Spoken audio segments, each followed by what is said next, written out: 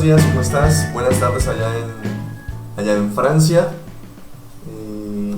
Hoy te tengo como invitado aquí en CRAD para que nos cuentes un poco sobre tu historia, para que nos cuentes un poco sobre tu experiencia y nos des un poco de consejos a nosotros, los artistas colombianos y latinoamericanos que queremos salir, entrar a la industria, vivir de esto que nos apasiona.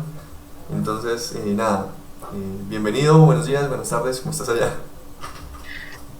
Buenas tardes por acá, por allá buenos días, me imagino. Sí.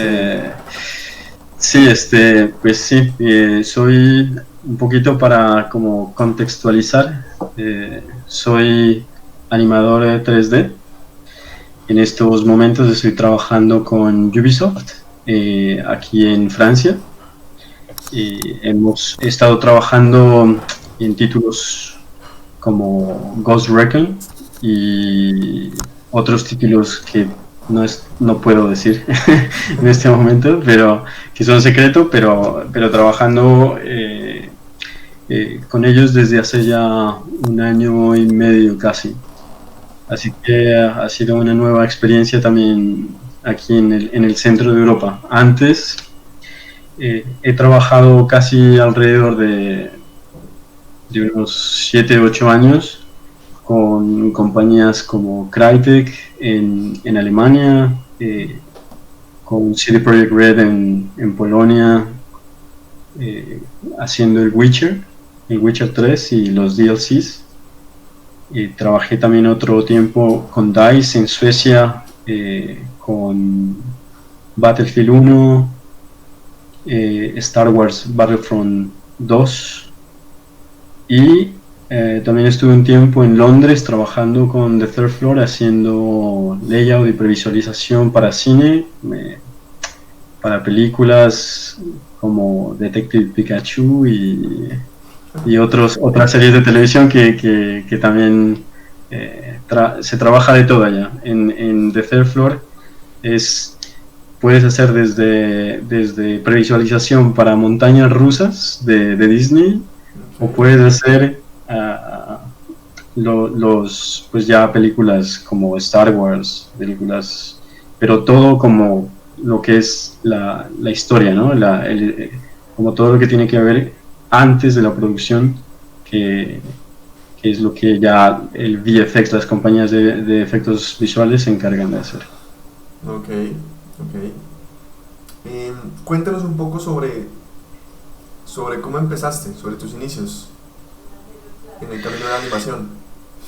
Eh, a ver, un poco, yo creo que como no he sido nunca muy fan de, de la historia de que desde muy pequeño comencé a dibujar, bueno, todo este tipo de cosas, pero sí tenía como cierto gusto, ¿no? Hacia el arte, cierto gusto como hacia ese tipo de cosas que siempre me llevaban como a sentarme a hacer algo de diseño o lo sentía menos forzoso, ¿no? Entonces, como decir, estaba en el colegio aprendiendo matemáticas o haciendo dibujo, y mientras aprendía matemáticas hacía dibujo, ¿no? Entonces, como que uno dice, de pronto esto me gusta más que el otro.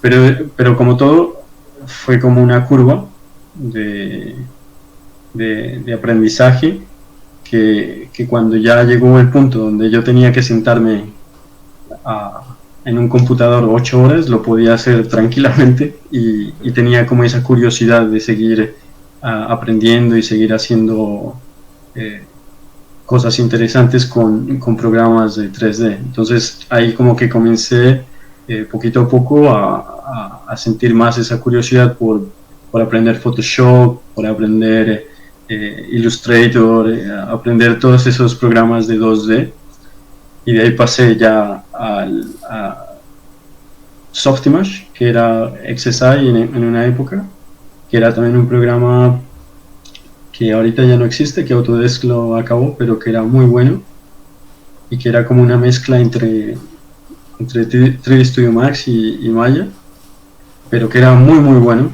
Y y ya después de ahí ya tomé Maya, y con Maya ya comencé como a enfocarme y a especializarme, y de ahí ya la animación llega como parte de, después de aprender lo general, eh, llega ya lo que es como lo que más te gusta dentro de todo ese paquete de contenidos que hay en Maya, y me comencé a ir como más por ese lado, ¿no? Por el movimiento, por la animación, pero siempre como tratando de hacer más cosas metidas con proyectos como tirando para juegos o tirando para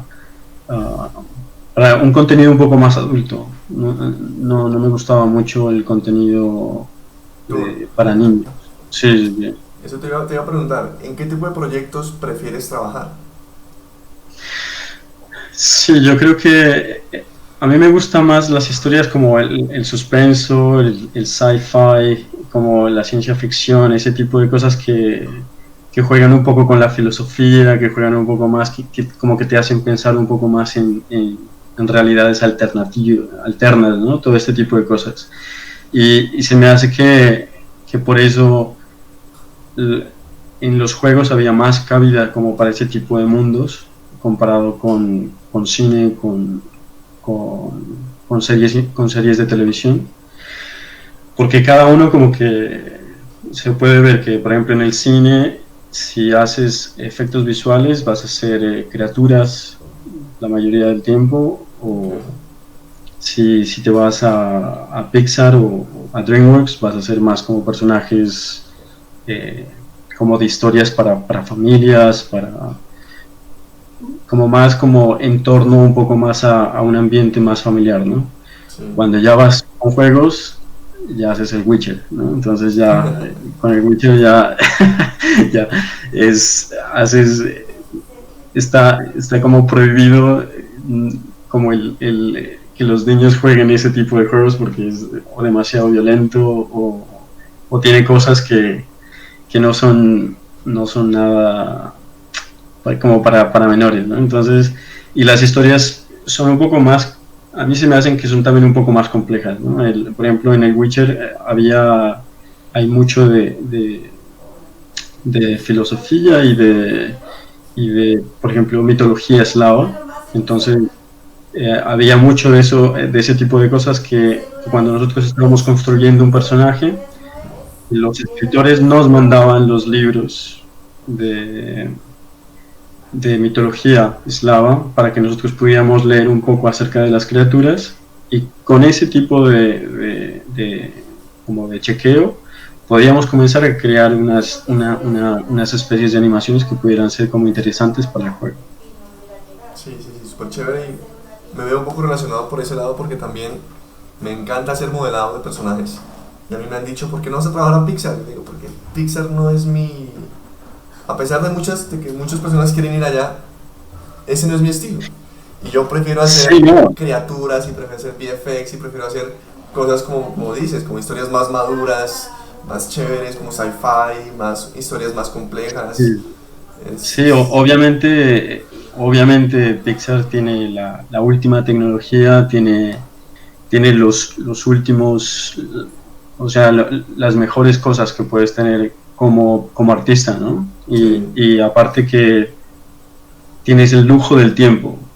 En las producciones como más fuera de ese entorno de Pixar, las producciones son un poco más pesadas, son un poco más llevadas por el tiempo. Entonces, por el tiempo de entregas y por los proyectos que son también a veces demasiado grandes y el tiempo muy corto.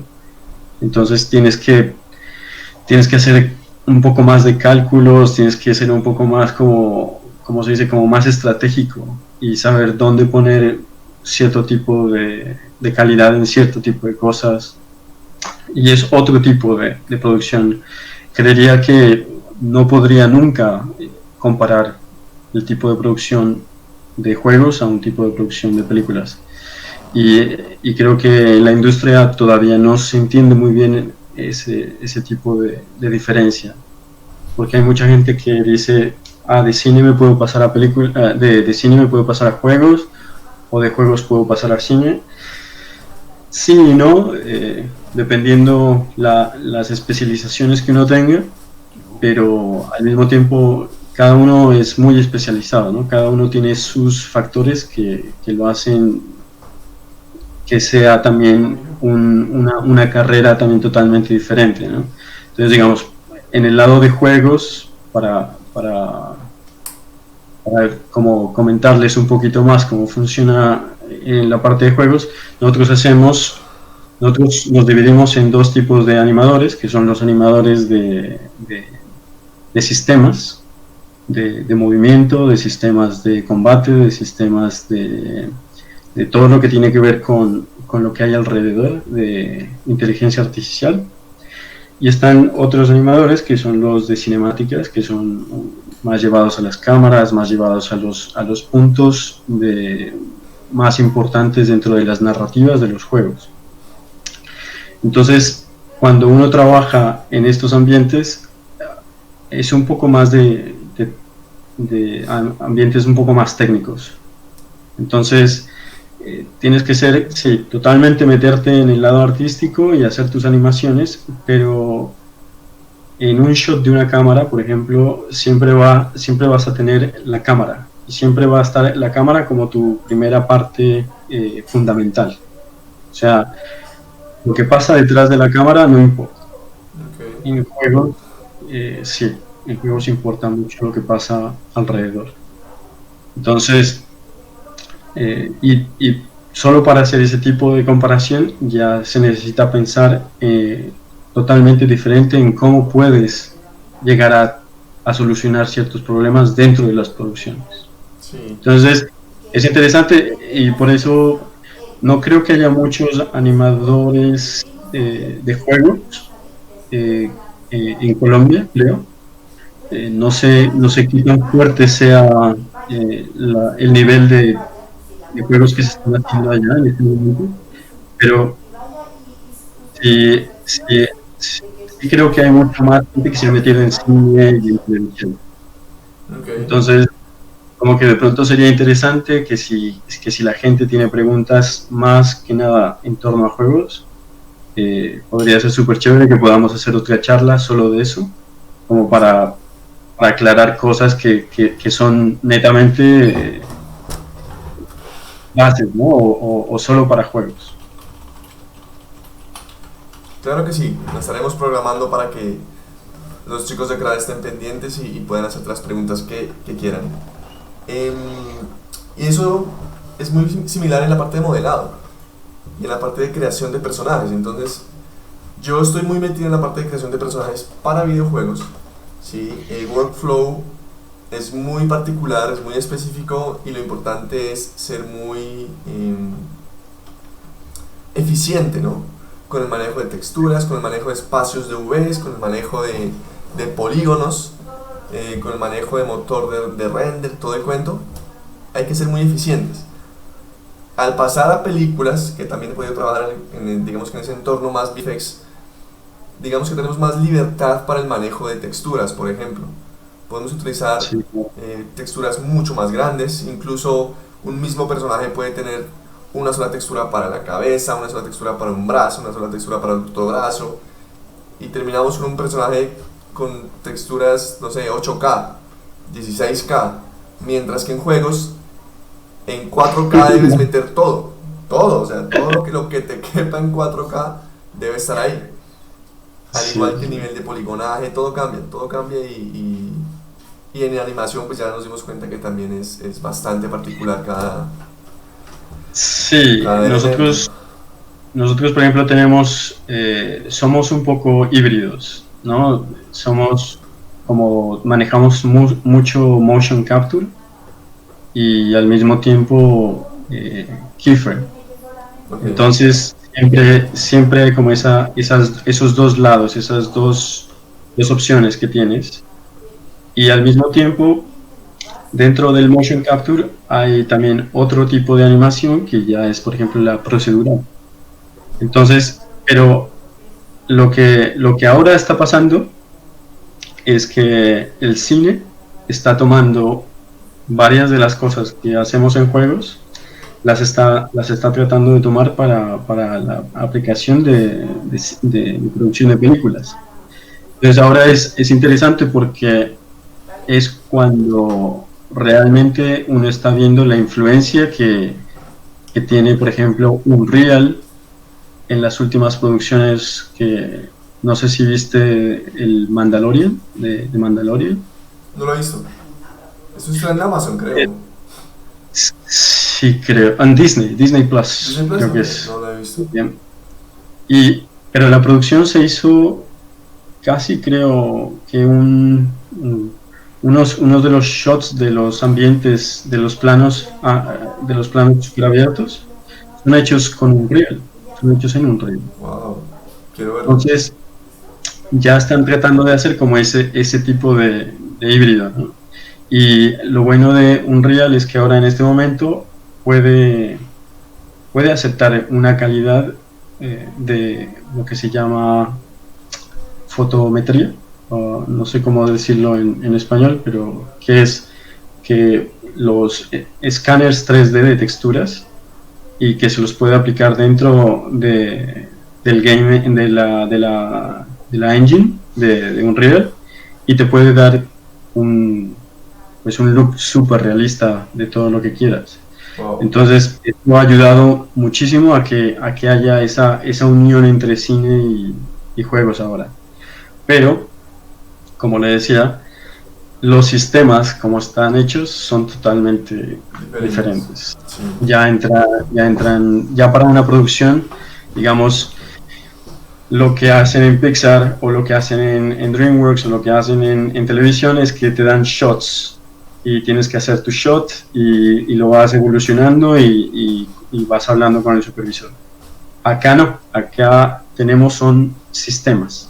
Entonces, por ejemplo, mi especialidad en Battlefield era sistemas de combate.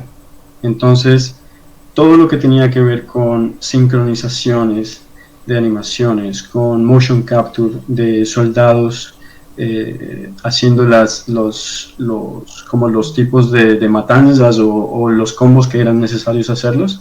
Sí. Entonces todo eso era mi responsabilidad, pero aparte yo tenía un grupo de diseñadores, de programadores, de gente que aparte de hacer la combinación, la teníamos que hacer al mismo tiempo, teníamos que hacer las conexiones al mismo tiempo.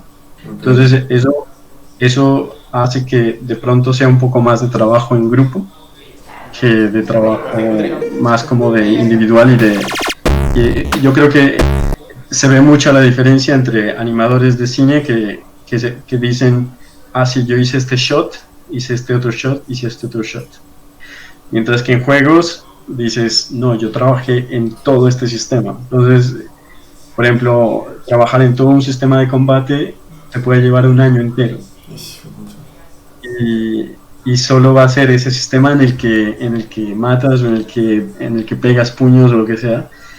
Y solo va a ser eso. Pero es toda la implementación, todo el desarrollo que lo haces tú mismo. Y al final los sistemas se vuelven tus bebés, como se puede decir. Pues. Ah, chéverísimo.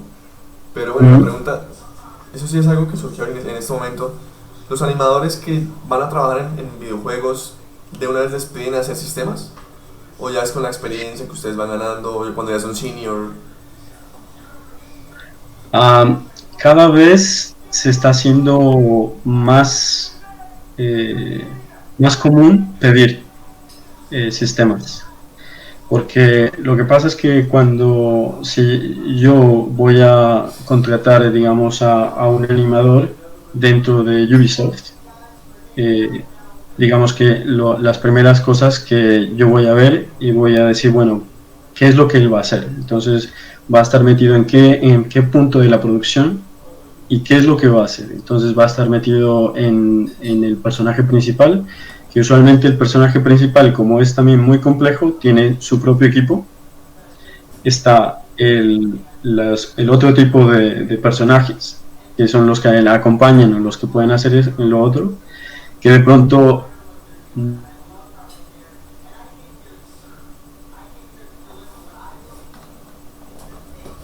ese Murió, tipo de... murió la conexión. No sé lo que dijiste al Eh, final. Eh, ¿De qué estaba? Ah, sí, de que por ejemplo las diferencias, ¿no? De cómo los animadores de pronto tienen que hacer sistemas. Entonces yo creo que es dependiendo de lo que en juegos, qué tipo también de compañía van a llegar.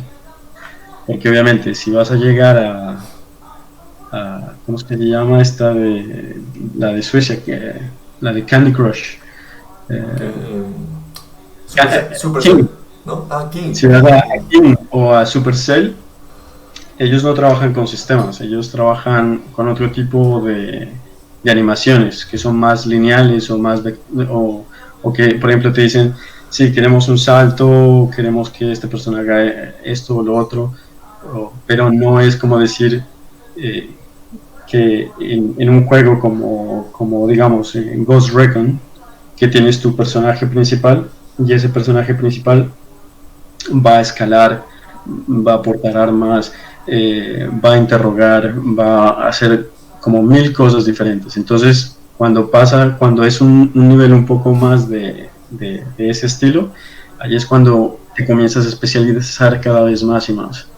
Entonces, es bueno que una persona que quiera aplicar para juegos conozca cómo puede hacer nosotros le decimos un árbol de mecánicas, un mechanic tree se dice, ¿no? Entonces, cómo puede ir para adelante, cómo puede ir para atrás, cómo puede ir para un lado, cómo puede ir para el otro lado. Y cómo lo puedes manejar con el control, cómo puedes hacer un ataque. Y todo eso ya se puede encontrar toda esa información en YouTube. Así que, o sea, por eso también se vuelve un poco más exigente este tipo de compañías. Ok. Porque ya toda esta información antes no había. Entonces, como que antes decías, puedo animar, pero no tengo experiencia en juegos, te decían, no importa, acá aprende. Pero ahora tienes Unity, tienes Unreal gratis, y aparte tienes 500 horas de videos, entonces ya las compañías te exigen que por lo menos sepas cómo integrar, implementar, como que no te vayas a asustar cuando llegues y que te digan, bueno, necesito 20 animaciones para la próxima semana. Entonces es como Ok. que, sí, exacto. Santiago, ¿tienes algún artista que te haya inspirado? ¿O algún animador que te haya inspirado? Mm, yo creo que, más que nada, yo creo que una compañía que me haya inspirado. Ok. Blizzard fue una de las compañías que realmente tuvo como ese impacto cuando sacaron los primeros cinemáticas de StarCraft Ok. y, y Warcraft también. Entonces, como que se miraba que ya era para otro público, ¿no? Este tipo de juegos, o que ya había detrás historias muchísimo más complejas, creería yo, o se hacía ver, se hacía notar. Entonces era como esa curiosidad hacia saber cómo ellos hacían eso, cómo se implementaban ese tipo de cosas en juegos y en cine, que lo que me llevó como a tener esa curiosidad como para meterme en este cuento. Ok. ¿Y has pensado ir allá a trabajar? Pues no sé, pues, o sea, ahora con las políticas un poco tan locas que hay en el mundo, Ok. no sé, porque con, ya sabes cómo es esto de visas y de papeleos, entonces no sé qué tan posible sea, pero obviamente uno nunca diría que no, ¿no? A una posibilidad como de trabajar en una compañía como esa. Ok. ¿Qué le dirías a los animadores colombianos, específicamente a los colombianos? ¿Qué le dirías a ellos? ¿Qué les diría? Yo creo que tuve una experiencia súper bonita en Colombia, en el SIGGRAPH de Colombia, cuando hice una charla. Y fue que vi mucha gente con muchas ganas, ¿no? De hacer juegos, de hacer películas, de meterse en la animación. pero yo creo que las ganas llegan hasta un punto y después cuando a uno ya se le van esas ganas es cuando uno tiene que empujar más para adelante y tiene que ser más curioso y tiene que ser más como buscar esas alternativas, ¿no? que hay. Ok. Entonces creo que más que nada debería no solo a los colombianos, sino también como a nuestro Suramérica, pues o Latinoamérica se podría decir, que, que es la curiosidad es lo que nos lleva a nosotros como siempre a tratar de buscar como soluciones a los problemas. Entonces, cada vez por ejemplo, cuando uno comienza a aprender programas de 3D, siempre te encuentras con obstáculos. Entonces, te metes en foros, te preguntas a alguien que sepa y te va solucionando poquito a poco las ideas.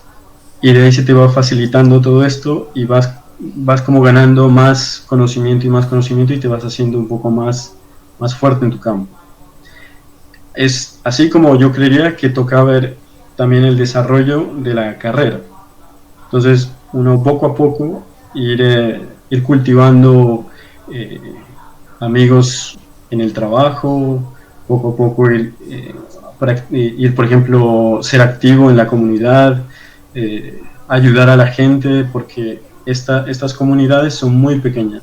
Entonces, cuando ayudas a la gente o cuando sabes que lo haces por amor al arte más que a otras cosas, la gente ve una reciprocidad en eso. Entonces, se te abren un poco más las puertas, ¿no? Se te da como ese tipo de cosas.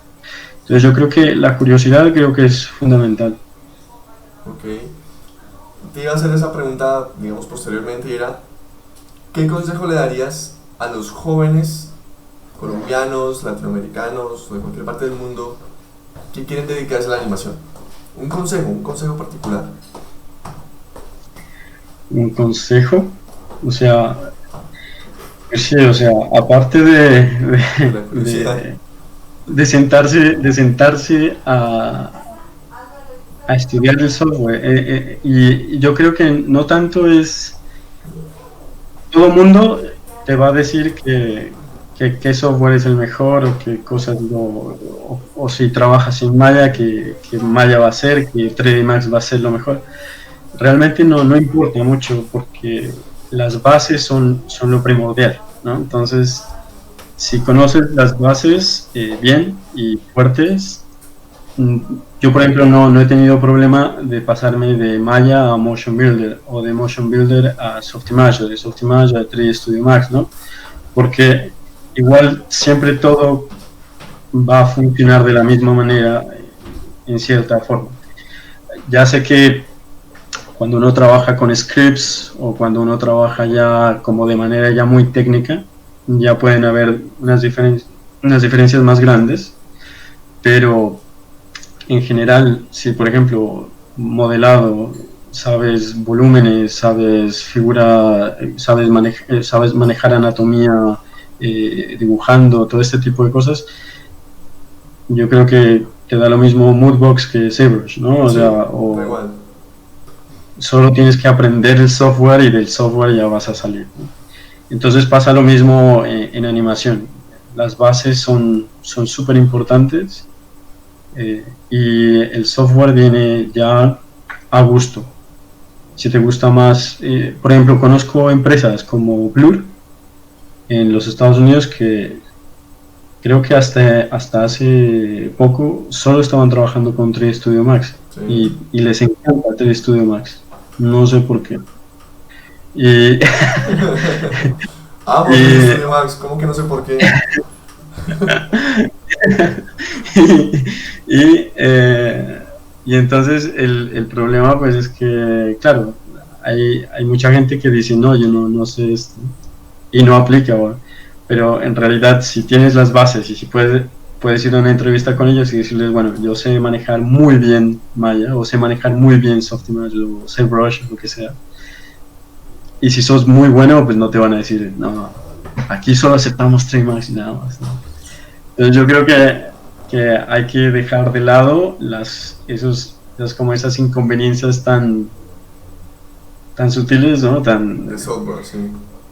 Sí, o sea que es como he visto cuando a veces leo muchos comentarios de gente que siempre preguntan, ¿qué software tengo que aprender? O las preguntas son fáciles de conseguir la respuesta cuando uno ve las películas, ¿no? En el cine o en la televisión, vas a un progress reel de algún animador o de algún modelador y ahí te ponen todos los datos. Te ponen ZBrush, te ponen Maya, te ponen Unreal, te ponen Unity. Entonces uno puede como desglosar ahí y uno más o menos va viendo cuáles son los software que se están utilizando más a menudo, porque obviamente hay una variación y va cambiando. Aunque Maya, por ejemplo, en producción ha sido muchísimo más estable que cualquier otro software. Claro, me imagino que sí. Es como cuando en 3D o en ZBrush le preguntan a Chris Costa en los comentarios, ¿qué, qué brocha utilizas? No, Claro. ese man se pone rabón, se pone bravo. ¿Cómo así? Yo solamente utilizo una brocha. Y a ustedes, es que el tipo es responde medio fuerte ahí en internet. Y dice, realmente lo que importa no son las brochas, realmente puedo usar la que yo quiera.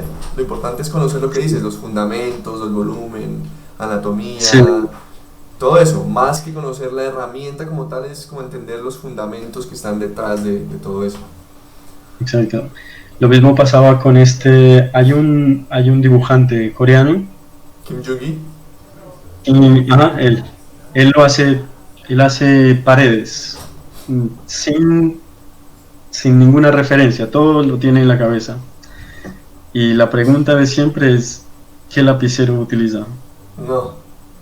Y él dice, él dice lo mismo, porque él tiene como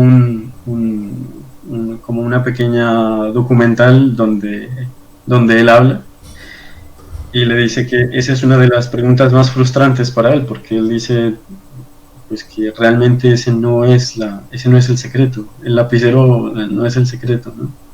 El secreto es que el hombre duerme, se levanta, toma café, va Al al baño. baño y dibuja y dibuja y dibuja y dibuja. Perdón. Es impresionante, es impresionante.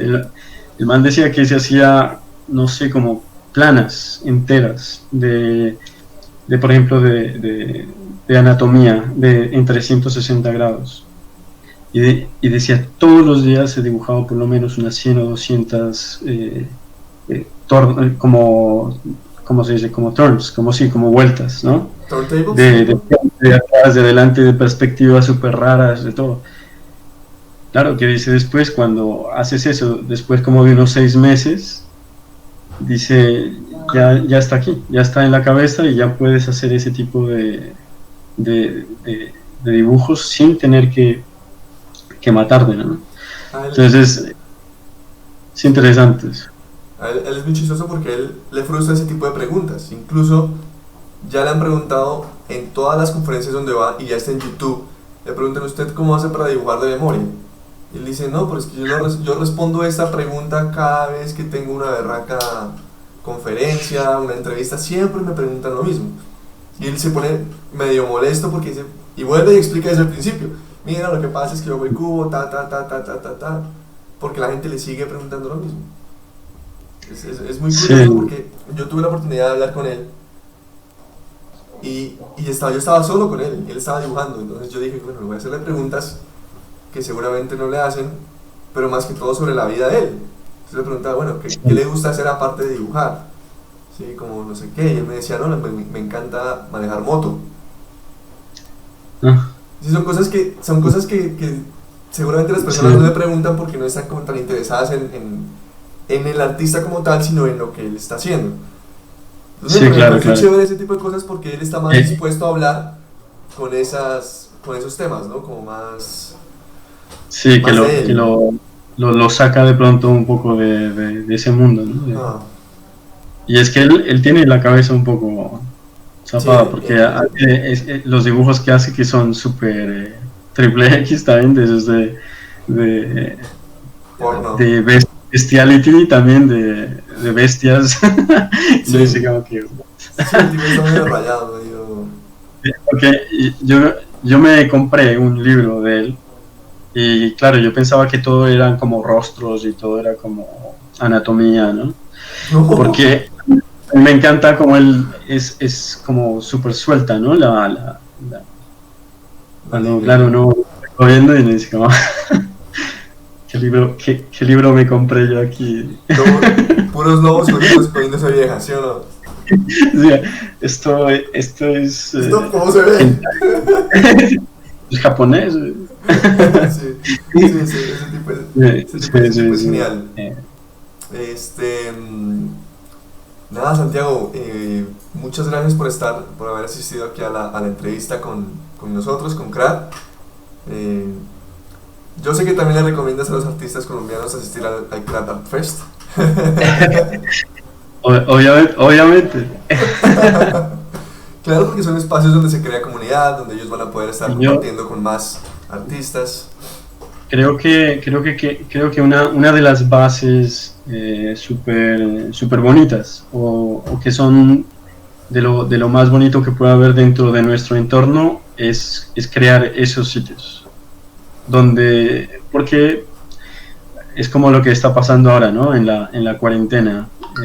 Para nosotros es como seguir trabajando en el computador y obviamente no es tan difícil como para otra gente el no tener que salir de la casa o el que... Sí, Entonces, estos espacios fomentan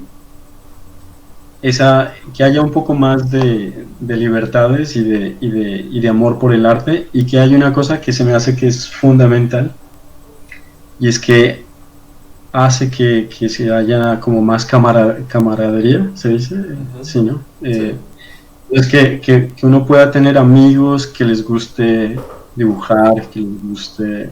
Entonces, como que el ambiente de tu vida también va a cambiar, ¿no? Entonces es como decir, eh, ok, o me voy a emborrachar o me voy con unos amigos a dibujar el sábado por la mañana, que nos vamos a unas montañas y vamos a ir a dibujar unas cosas. Entonces uno dice, uno tiene que sopesar esas dos cosas, ¿no? claro. Y como que yo creo que cuando uno hace un grupo así de bonito, de interesante, se fomentan cosas que van más allá que ser el mejor en que ser el mejor en lo que sea.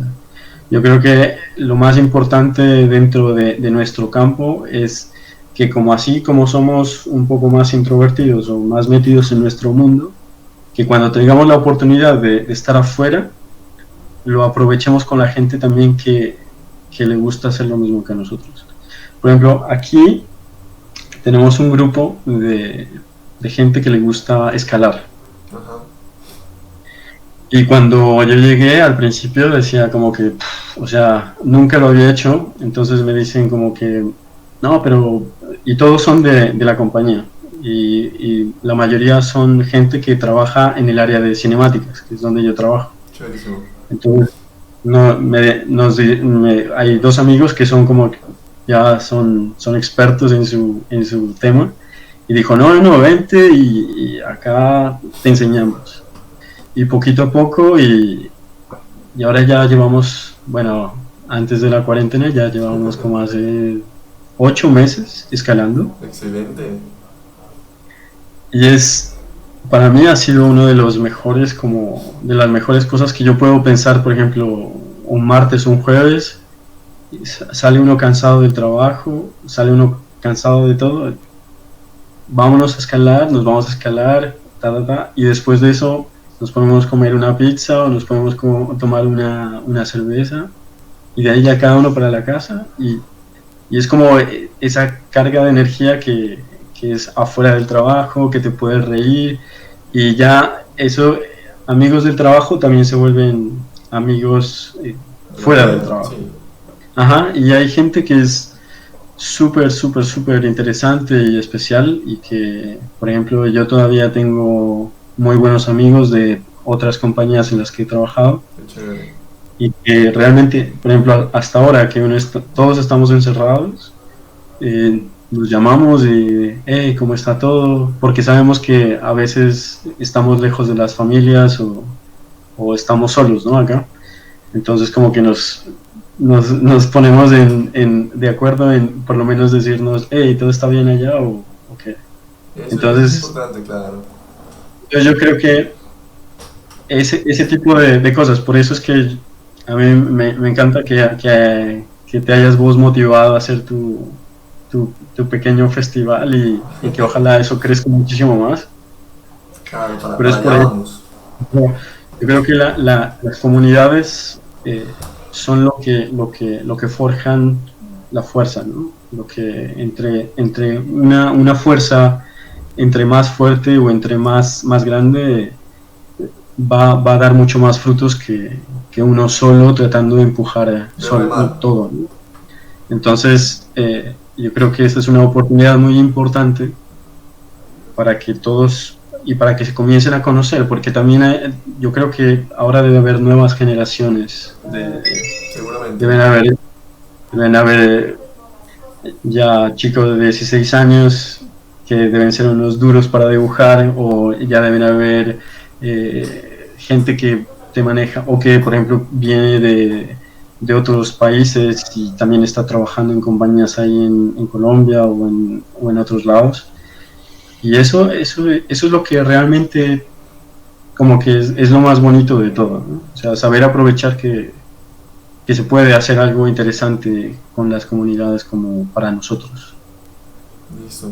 Hombre, muchísimas gracias por el apoyo. Y un último mensaje que le darías a los creativos del arte digital, colombianos y latinoamericanos, y de todo el mundo. A ver, un mensajito ahí para crear.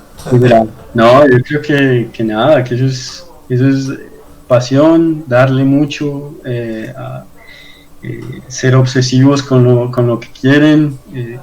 Hay oportunidades afuera. Ahora hay que pensar mucho en las plataformas como Twitter, hay que pensar mucho en plataformas como ArtStation, CGTalk, ¿no? Todos estos tipos de sitios donde se abre el mundo entero para que puedan conocer tu trabajo.